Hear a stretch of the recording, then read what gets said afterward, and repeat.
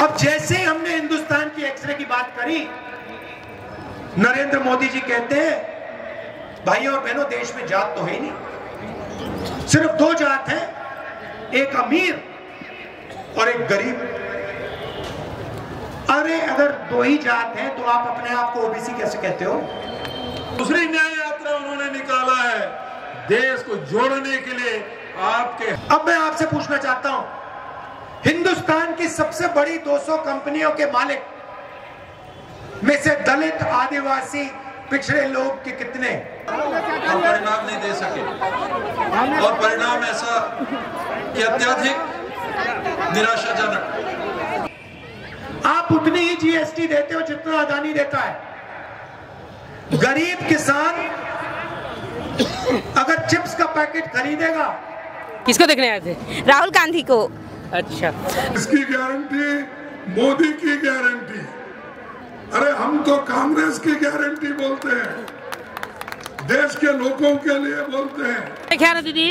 अरे राजीव गांधी ले देखे आ रहे हैं, नहीं देखे रहे तो कर ले। अच्छा, मणिपुर को बीजेपी ने जला दिया, सिविल वॉर चल रही है वहां पर। आप में से कोई चाहे मणिपुर जाना चाहे, देखना चाहे, नहीं जा सकता।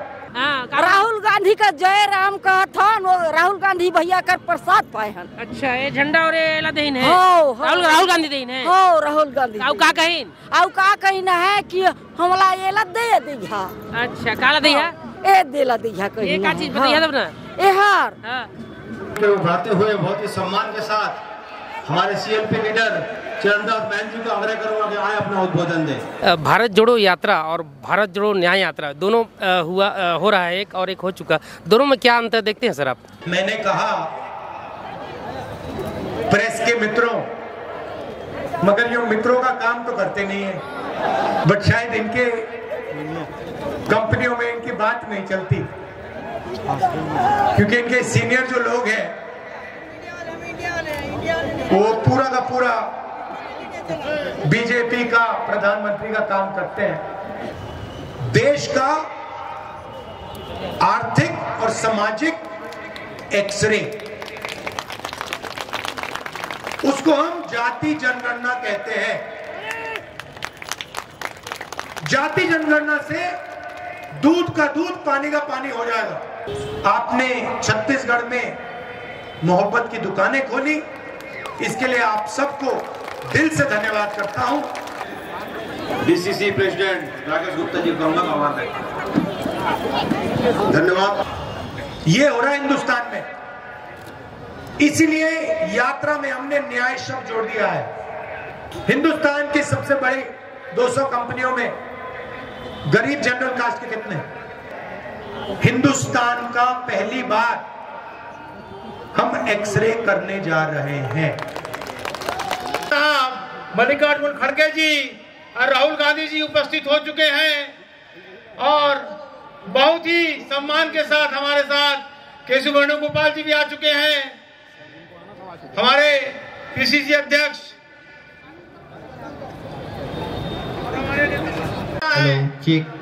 राहुल गांधी जिंदाबाद, राहुल गांधी जिंदाबाद, खड़गे जी जिंदाबाद, खड़गे जी जिंदाबाद, राहुल गांधी जिंदाबाद,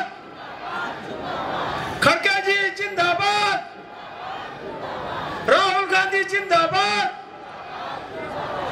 कांग्रेस पार्टी जिंदाबाद। बहुत तालियों से जो है बहुत जोरदार तरीके से स्वागत करें। सबसे आग्रह है कि आपके समक्ष हमारे मल्लिकार्जुन खड़गे जी और राहुल गांधी जी आपके समक्ष आ चुके। युवा नेता सबके चहेते राहुल गांधी जी आपके समक्ष आ रहे हैं और अपना उद्बोधन देंगे। तालियों के साथ, गड़गड़ाहट के साथ स्वागत होना चाहिए। राहुल गांधी जिंदाबाद, राहुल गांधी जिंदाबाद।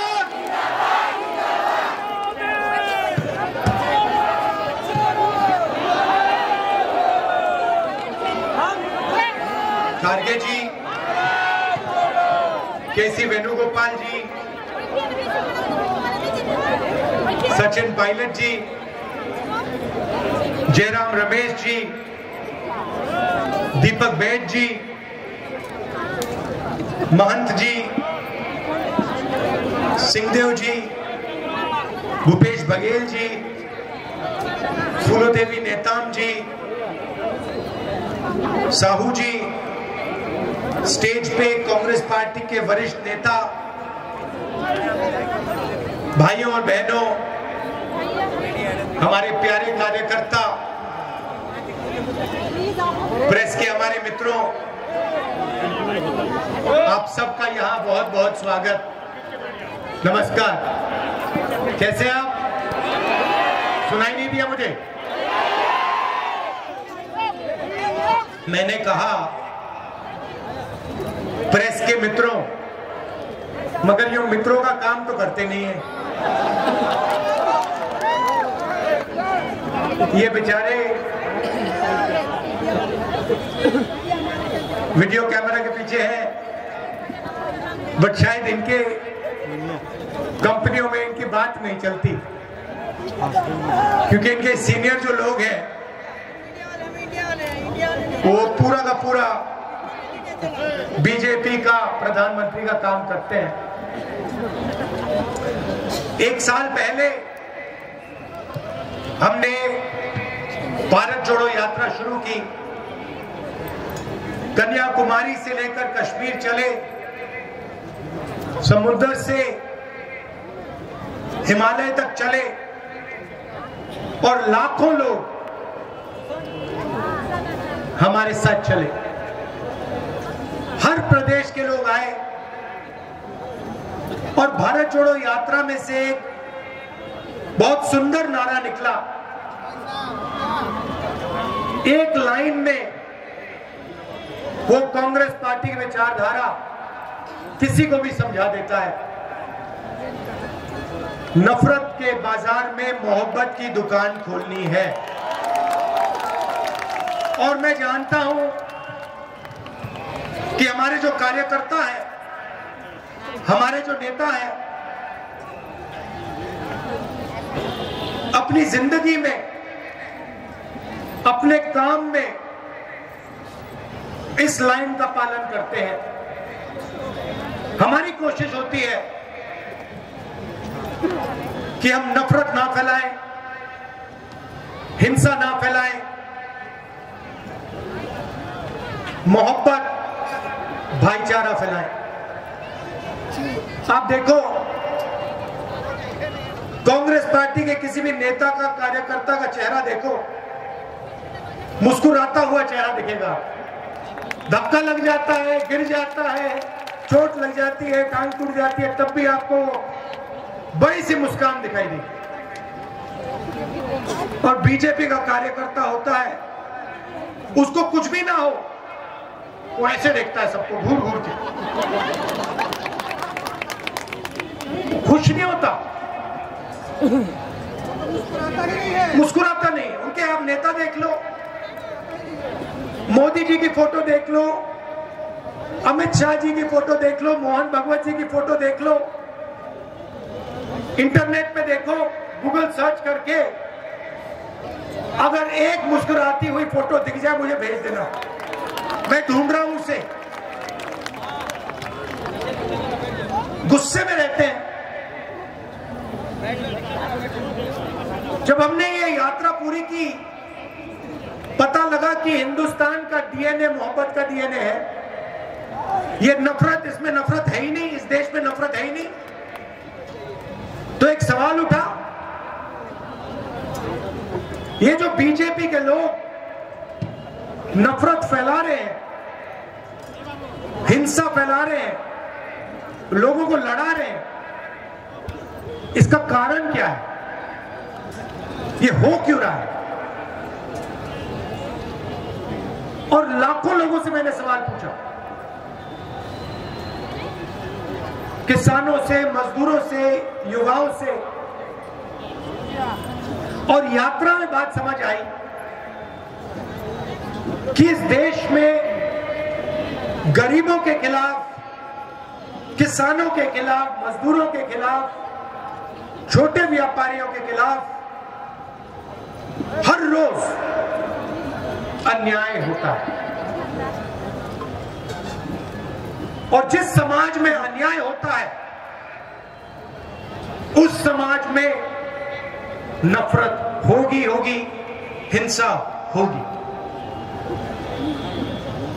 बहुत सारे लोगों ने हमें कहा कि देखिए साउथ से नॉर्थ आप चले, मगर बहुत सारे ऐसे प्रदेश हैं जहां आप गए नहीं। आप छत्तीसगढ़ नहीं आए, बंगाल नहीं गए, मणिपुर नहीं गए, वहां पे हिंसा हो रही है। बीजेपी ने प्रदेश को बांट दिया है, जला दिया। आप वहां तो आए नहीं। तो आपने कन्याकुमारी से कश्मीर मोहब्बत की दुकानें खोली, मगर मणिपुर से महाराष्ट्र अभी बचा हुआ है। छत्तीसगढ़ के लोग आए। पिछली यात्रा में आपने कहा मुझे कि भैया छत्तीसगढ़ में भी यात्रा कीजिए,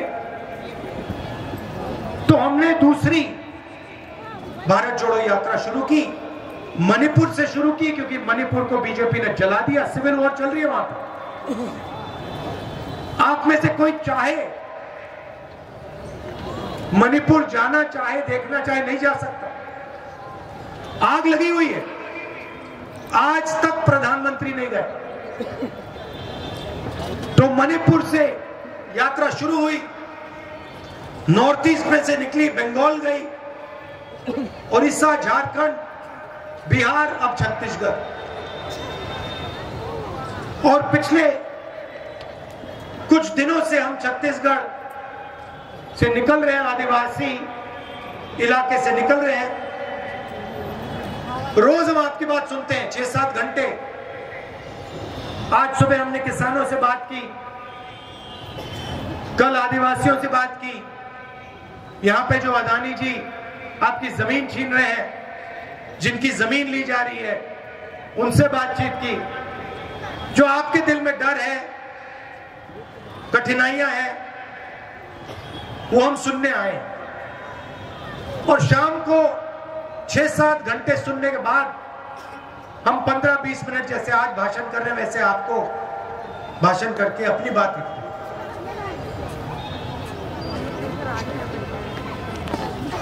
तो 2 तरीके के अन्याय हो रहे हैं। 5 अन्याय है, मगर 2 सबसे बड़े अन्याय हैं। एक है आर्थिक अन्याय और दूसरा है सामाजिक अन्याय। आर्थिक अन्याय में बेरोजगारी फैल रही है। 40 साल से सबसे ज्यादा बेरोजगारी आज है हिंदुस्तान में। हो क्या रहा है कि बड़े अरबपति चाइना का माल हिंदुस्तान में बेच रहे हैं। आप देखिए, शर्ट के पीछे देखिए, पैंट के नीचे देखिए, मोबाइल फोन के पीछे देखिए, मेड इन चाइना आपको दिखेगा। मेड इन चाइना जब फोन बनता है, उसमें से हिंदुस्तान के युवा को रोजगार मिलता है क्या? नहीं मिलता।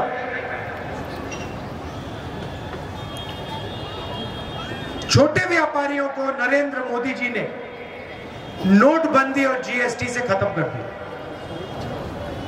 रोजगार छोटे व्यापारी, स्मॉल और मीडियम बिजनेस वाले लोग देते हैं, जो छोटे कारखाने चलाते हैं, छोटी मैन्युफैक्चरिंग करते हैं, हैंडलूम का काम करते हैं, ये लोग रोजगार देते हैं।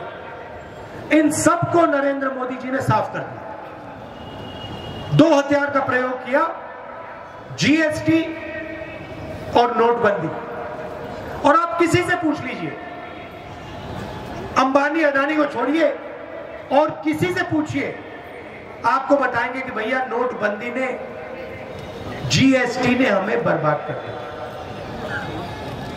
महंगाई तो बढ़ती जा रही है, वो आप सबको दिख रहा है। किसानों को जो मिलना चाहिए वो नहीं मिल रहा है। आज किसान दिल्ली की ओर चले जा रहे हैं, पैदल जा रहे हैं, उनको रोका जा रहा है, उन पे टीयर गैस चलाई जा रही है, उनको जेल में भरा जा रहा है। और वो क्या कह रहे हैं सिर्फ ये कह रहे हैं कि हमारी मेहनत का फल हमें मिलना चाहिए। स्वामीनाथन जी को बीजेपी की सरकार ने भारत रत्न दिया, मगर जिस चीज के लिए स्वामीनाथन जी ने अपनी जिंदगी दी, हिंदुस्तान के किसानों के लिए जो उन्होंने मेहनत की, जो स्वामीनाथन जी ने कहा, उसको करने के लिए तैयार नहीं। इसका क्या मतलब है? स्वामीनाथन जी ने अपनी रिपोर्ट में साफ कहा है कि किसानों को लीगल राइट एमएसपी की मिलनी चाहिए। वो बीजेपी की सरकार नहीं कर रही है। अब मैं आपसे पूछना चाहता हूं, हिंदुस्तान की सबसे बड़ी 200 कंपनियों के मालिक में से दलित, आदिवासी, पिछड़े लोग के कितने? मतलब 73% की आबादी में से हिंदुस्तान की सबसे 200 बड़ी कंपनियों में कितने मालिक? 0। चलो छोड़ो, मालिक नहीं बनना चाहते तो कहो सीनियर मैनेजमेंट में दलित, आदिवासी, पिछड़े लोग कितने? 0। मतलब कॉर्पोरेट इंडिया सबसे बड़ी कंपनियों में ना दलितों की, ना आदिवासियों की, ना पिछड़ों की भागीदारी। बात समझ आई? आपका कोई है ही नहीं उसमें, एक आदमी नहीं है आपका। चलिए छोड़िए, मुझे बताइए मीडिया में कितने लोग हैं? सबसे बड़ी 50 मीडिया की कंपनी लीजिए, उनके मालिक की लिस्ट निकालिए और मुझे बताइए आदिवासी कितने, दलित कितने, पिछड़े कितने? बताओ। 0, एक भी नहीं। अब उनके बड़े बड़े पत्रकारों की लिस्ट निकालिए, उनकी मैनेजमेंट टीम की लिस्ट निकालिए, उसमें दलित, आदिवासी, पिछड़े कितने? 0। हाई कोर्ट्स के जजेस की लिस्ट निकालिए, उसमें दलित, आदिवासी कितने? बताओ। मैं बताता हूं, मेरे पास है 650 हाई कोर्ट जजेस में से 10 आदिवासी, 23 एससी, मतलब 33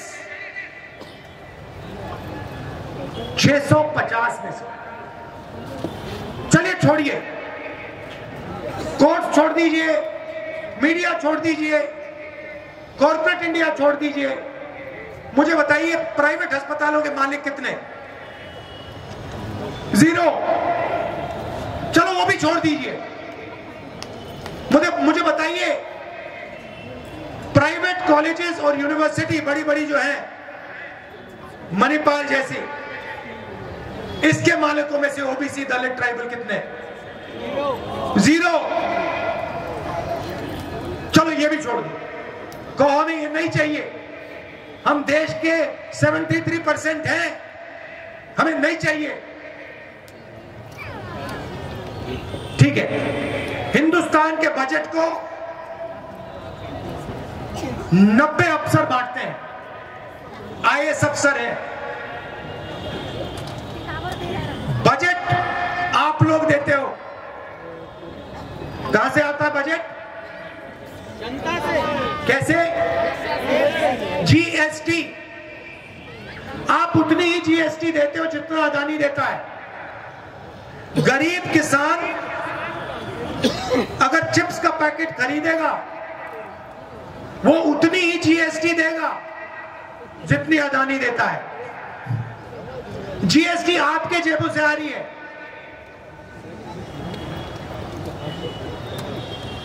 वो जीएसटी सरकार खर्च करती है, वो पैसा आपके बजट में जाता है। 90 अफसर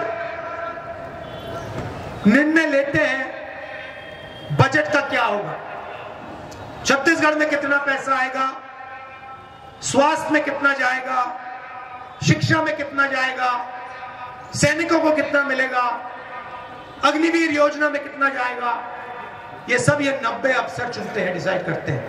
अच्छा बता दो, इन 90 अफसरों में से ओबीसी कितने? कितने? 3। दलित कितने? 3।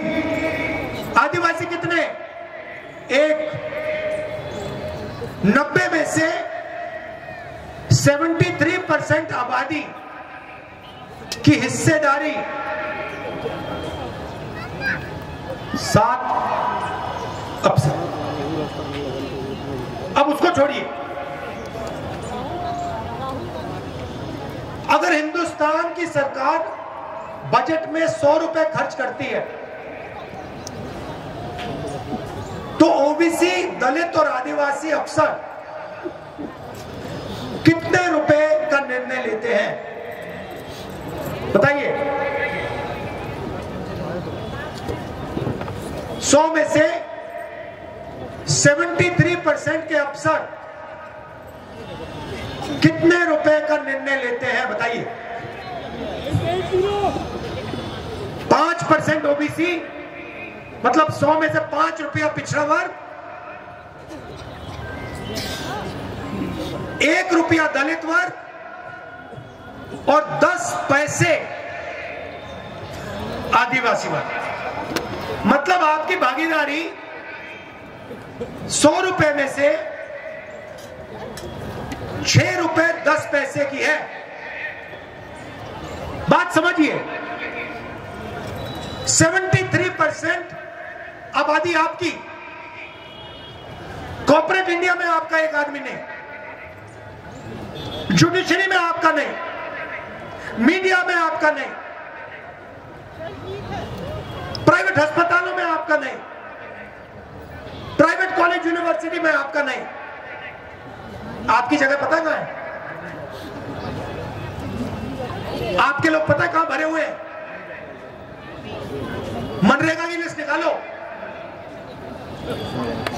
मनरेगा की लिस्ट निकालो, कॉन्ट्रैक्ट लेबर की लिस्ट निकालो। जो लोग इस देश को बना रहे हैं, खून पसीना दे रहे हैं, वो लिस्ट निकालो। मनरेगा की लिस्ट में आपके लोग भरे हुए हैं, कॉन्ट्रैक्ट लेबर की लिस्ट में आपके लोग भरे हुए हैं।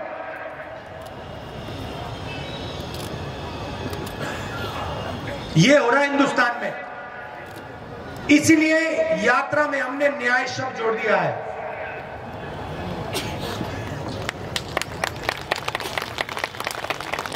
अब देखिए, एक और सवाल है, हिंदुस्तान की सबसे बड़ी 200 कंपनियों में गरीब जनरल कास्ट के कितने? 0। मीडिया में गरीब जनरल कास्ट के कितने? 0।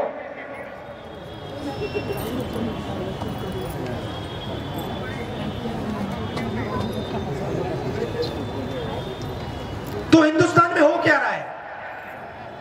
1% लोगों के पास पूरा का पूरा सिस्टम है।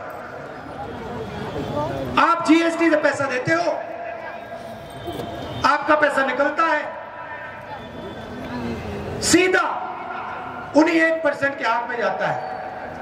उसमें अदानी जी हैं, 10-15 बड़े बड़े अफसर हैं, वो 90 अफसर हैं, आपका पैसा उधर जा रहा है और आपको उस पैसे का कोई फायदा नहीं मिल रहा है। इसीलिए हमने ये यात्रा शुरू की। तो सामाजिक न्याय के लिए एक क्रांतिकारी कदम है। क्रांतिकारी कदम आजादी जैसा, सफेद क्रांति जैसा, हरी क्रांति जैसा, बैंक नेशनलाइजेशन जैसा, कंप्यूटर रेवोल्यूशन जैसा एक क्रांतिकारी कदम है। कभी आपके चोट लगती है, हाथ टूटता है, पैर टूटता है, आप अस्पताल जाते हो, डॉक्टर पहली चीज क्या कहता है? भैया एक्सरे कराओ, पहले यह पता लगाओ कि हाथ टूटा है या नहीं। सही? आप सिर हिला रही हैं, हुआ आपके साथ? तो यही हम करना चाह रहे हैं। देश का आर्थिक और सामाजिक एक्सरे, उसको हम जाति जनगणना कहते हैं। जाति जनगणना से दूध का दूध, पानी का पानी हो जाएगा। देश के हर नागरिक को पता लग जाएगा कि ये 1% लोग कौन है, हिंदुस्तान का धन किसके हाथ में है, पिछड़ों को क्या मिला, आदिवासियों को क्या मिला, दलितों को क्या मिला, गरीब जनरल कास्ट के लोगों को क्या मिला, माइनॉरिटीज को क्या मिला, बिल्कुल सामने आ जाए। कितनी आबादी किसकी है और कितना धन किसके पास है, बिल्कुल साफ आपके सामने आ जाएगा। उसके बाद क्रांतिकारी काम शुरू होगा। तो यह भी हमने अपने मैनिफेस्टो में लिखा है कि कांग्रेस पार्टी ने क्रांतिकारी काम किए हैं। आजादी की लड़ाई लड़े, सफेद क्रांति, हरी क्रांति, कंप्यूटर लिबरलाइजेशन, बैंक नेशनलाइजेशन, वैसा ही हम क्रांतिकारी काम करने जा रहे हैं। हिंदुस्तान का पहली बार हम एक्सरे करने जा रहे हैं। अब जैसे ही हमने हिंदुस्तान की एक्सरे की बात करी, नरेंद्र मोदी जी कहते हैं, भाइयों और बहनों, देश में जात तो है ही नहीं, सिर्फ दो जात हैं, एक अमीर और एक गरीब। अरे अगर दो ही जात हैं तो आप अपने आप को ओबीसी कैसे कहते हो? आप ओबीसी कैसे बन गए अगर दो ही जात हैं? जब ओबीसी की मदद करने की बात आई, जब जाति जनगणना की बात आई, नरेंद्र मोदी कहते मैं तो ओबीसी हूं ही नहीं।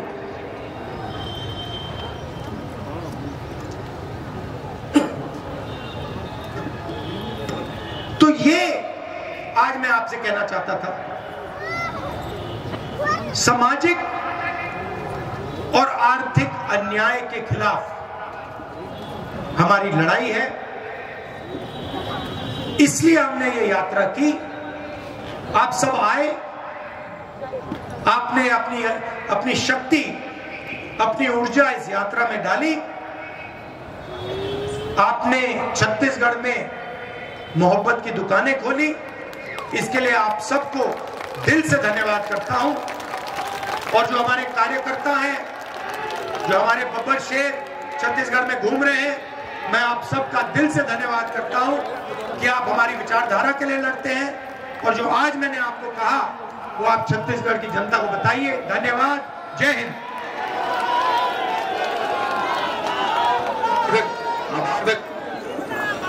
आभार व्यक्त करने के लिए मैं डीसीसी प्रेसिडेंट राकेश गुप्ता जी का आभार व्यक्त। धन्यवाद।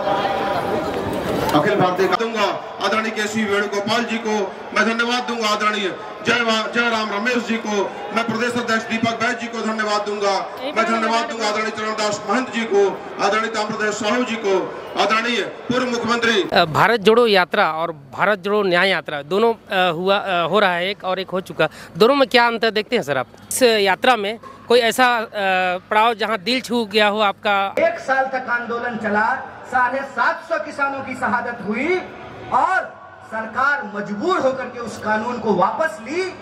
और उस बातचीत में, उस समझौते में सरकार ने यह कबूल किया। हमारे छत्तीसगढ़ में 2 महीने से अधिक हमारी सरकार बने हुई है और इस सरकार ने परिणाम नहीं दे सके।